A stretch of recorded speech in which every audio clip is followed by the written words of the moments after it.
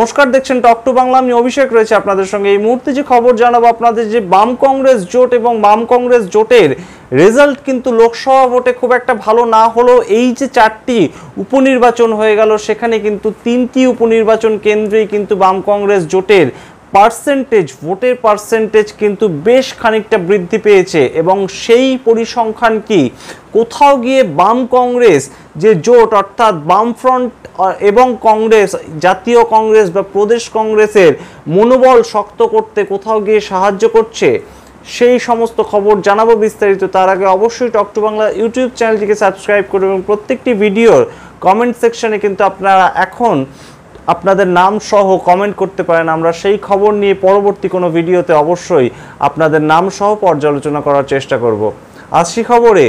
বাম কংগ্রেস কিন্তু অত্যন্ত তৎপর ভূমিকার মাধ্যমে বিভিন্ন ভাগে কিন্তু নিজেদের প্রার্থী তালিকা প্রকাশ করেছিল এই অষ্টাদশ লোকসভা নির্বাচনের ঠিক আগে, এবং সেখান থেকে কিন্তু তারা ঝাঁপিয়ে পড়েছিল 42টি কেন্দ্রেই, এবং 42টি কেন্দ্রের মধ্যে কিন্তু 30টি কেন্দ্রে বামফ্রন্ট প্রার্থী দিয়েছিল এবং বামফ্রন্টের বিভিন্ন শরিক দল প্রার্থী দিয়েছিল। সেখানে কিন্তু 23টি কেন্দ্রে সিপিআইএম প্রার্থীরা একা দাঁড়িয়েছিল, যার মধ্যে মোহাম্মদ সেলিম এবং সুজন চক্রবর্তী এই দুজনের জামানত রক্ষা পেয়েছে। বাকি 21 জনের কিন্তু জামানত বাজেয়াপ্ত হয়েছে। আমরা অবশ্যই দেখেছি যে এই যে সামগ্রিক বাকি 21 জন, তার মধ্যে এক ঝাঁক তরুণ মুখ।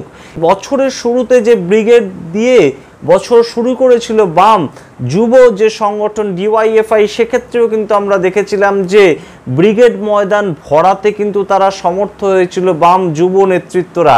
সেই জায়গা থেকে কোথাও গিয়ে নির্বাচনের যে ভোট প্রচার এবং ভোট প্রচারের শেষে ভোট বাক্স, তা কিন্তু অন্য কথা বলছে। মানুষ কিন্তু বামেদের দিকে এখনো সম্পূর্ণভাবে ভরসা রাখছে না, কিংবা কংগ্রেস অর্থাৎ বামেদের যে জোট প্রার্থী তাদের দিকে ভরসা রাখছে না, এমন একটা ইঙ্গিত কিন্তু লোকসভা ভোটের যে রেজাল্ট, সেই রেজাল্ট বলছে।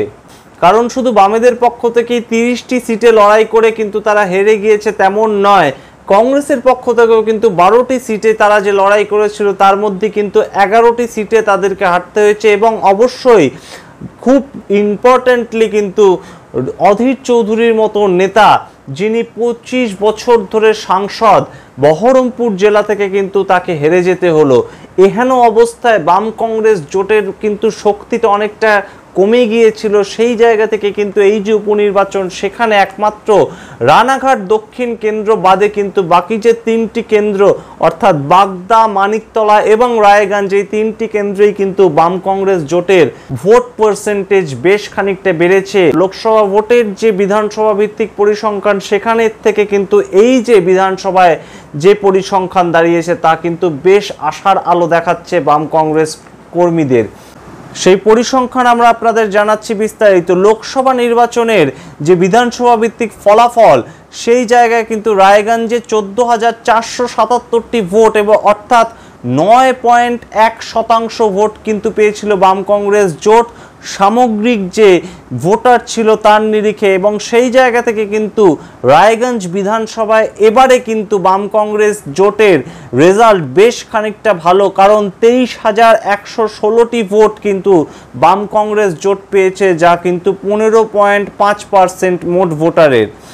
এরপরে যদি আমরা দেখি বাগদায় কিন্তু এবারে বেশ খানিকটা মুখ থুবড়ে পড়েছে বিজেপি, কিন্তু সেই জায়গায় কিন্তু বাম কংগ্রেসের ফলাফল গত লোকসভা নির্বাচনের যে বিধানসভা ভিত্তিক ফলাফল, তার থেকে বেশ খানিকটা ভালো। তার কারণ গত লোকসভা নির্বাচন যেটা হয়ে গেল 2024 সালের লোকসভা নির্বাচন, তার ভিত্তিতে কিন্তু বাগদা বিধানসভায় বাম কংগ্রেস জোট 4,839টি ভোট পেয়েছিল, অর্থাৎ মোট ভোটের 2.2%। এখানে কিন্তু এই যে বিধানসভা উপনির্বাচন হলো, সেখানে কিন্তু 9,486টি ভোট, অর্থাৎ 6.4% কিন্তু বাম কংগ্রেস জোট পেয়েছে। এরপরে যদি আমরা আসি মানিকতলা, কলকাতার প্রাণকেন্দ্র মানিকতলা, সেইখানেও কিন্তু একই ট্রেন্ড লক্ষ্য করা যাচ্ছে। লোকসভা নির্বাচনের মানিকতলা বিধানসভায় যে ভোট, উত্তর কলকাতা সিটে উত্তর কলকাতার লোকসভা নির্বাচন, এবং সেই লোকসভা নির্বাচনে কিন্তু বাম কংগ্রেস প্রার্থী প্রদীপ ভট্টাচার্য যে ভোট পেয়েছিলেন তা কিন্তু ৯,৪২১ অর্থাৎ 6.5%, এবং সেই জায়গা থেকে কিন্তু ৯,৫০২টি ভোট অর্থাৎ মোট ভোটারের 8.2% ভোট কিন্তু পেয়েছে বাম কংগ্রেস জোট। এবং যদি আমরা এই তিনটে যে উপনির্বাচন, এই তিনটি উপনির্বাচনী কেন্দ্র যেখানে বাম কংগ্রেস জোট খুব ভালো ফল করেছে, বেশ খানিকটা তারা তাদের ভোট সংখ্যা অর্থাৎ ভোটের পার্সেন্টেজ বাড়াতে পেরেছে এই কয়েক মাসের ব্যবধানে, সেখানে কিন্তু একমাত্র রানাঘাট দক্ষিণ তাদেরকে হতাশ করেছে। কারণ রানাঘাট দক্ষিণে কিন্তু ২১,২১৯টি ভোট পেয়েছিল বাম কংগ্রেস জোট লোকসভা নির্বাচনের বিধানসভা ভিত্তিক ফলাফলে, এবং সেইখান থেকে কিন্তু এই কয়েক মাসে তাদের ভোট বেশ খানিকটা কমে গিয়েছে। ১৩,০৮২টি ভোট পেয়েছে অর্থাৎ 6.4%, 8.9% থেকে 6.4%-এ নেমে এসেছে বাম কংগ্রেসের ভোট। সুতরাং সামগ্রিক জায়গাটা কিন্তু অত্যন্ত তাৎপর্যপূর্ণ, কারণ বাম কংগ্রেস কিন্তু বারংবার হেরে গিয়েও কিন্তু তারা নিজেদের উদ্যমে, নতুন উদ্যমে, নতুন তরুণ মুখদের সাজিয়ে কিন্তু তারা বারংবার উঠে আসতে চাইছে। এবং বাম এবং কংগ্রেস কিন্তু একাধিক জায়গায় তাদের পুরনো যে কর্মী সমর্থক তাদেরকে উজ্জীবিত করার জন্য একাধিক কর্মসূচিও গ্রহণ করছে বিভিন্ন সময়, সেই সমস্ত খবর কিন্তু আমরা দেখেছি। এবং অবশ্যই বাম নেতা মোহাম্মদ সেলিম থেকে সুজন চক্রবর্তী এবং অবশ্যই বিমান বসুর মতন বর্ষিয়ান নেতারাও কিন্তু বিভিন্ন জায়গায় যাচ্ছেন। এর সঙ্গে অবশ্যই তরুণ যে নেতা সৃজন ভট্টাচার্য থেকে শতরূপ ঘোষের মতন নেতারাও কিন্তু অত্যন্ত পরিশ্রমের মাধ্যমে বাম শক্তিকে আবারও পশ্চিমবঙ্গের জনমানসে প্রচার করার চেষ্টা করছেন প্রতিনিয়ত। সেই জায়গা থেকে এই রেজাল্ট কিন্তু তাদেরকে বেশ খানিকটা আশা যোগায় বলেই মনে করছে রাজনৈতিক মহল। এবং সেই জায়গা থেকে আমরা দেখেছি অধীর রঞ্জন চৌধুরীও কিন্তু নিজে হেরে গেলেও পরবর্তীতে কিন্তু তিনি থেমে থাকেননি। ৪ঠা জুনের পর থেকেও কিন্তু তিনি তার মেজাজেই কিন্তু কংগ্রেস যে দল আছে এবং প্রদেশ কংগ্রেস মূলত বলা যেতে পারে, প্রদেশ কংগ্রেসের যে যুব দল এবং অবশ্যই প্রদেশ কংগ্রেসের বিভিন্ন কর্মী সমর্থকদের উদ্দেশ্যে একাধিকবার বার্তা দিয়েছেন। এবং এই উপনির্বাচনেও কিন্তু আমরা দেখেছি অধীর রঞ্জন চৌধুরীকে প্রচারে বেরোতে।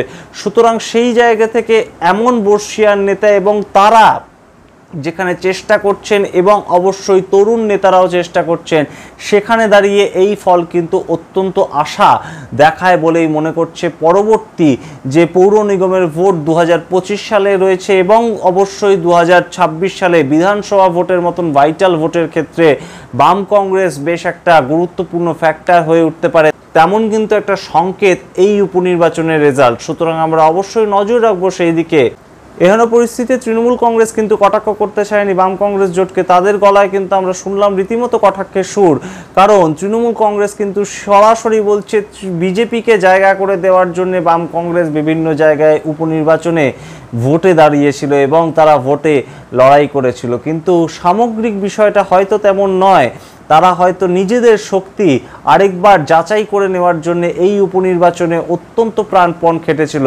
আমরা অবশ্যই নজর রাখবো যে বাম কংগ্রেসের উত্থান পশ্চিমবঙ্গের মাটিতে আবারও সঠিকভাবে বিভিন্ন সিট জেতার মাধ্যমে কবে হয়, সেই সমস্ত খবর হাজির করবো আপনাদের সামনে। আপনারা দেখতে থাকুন টক টু বাংলা।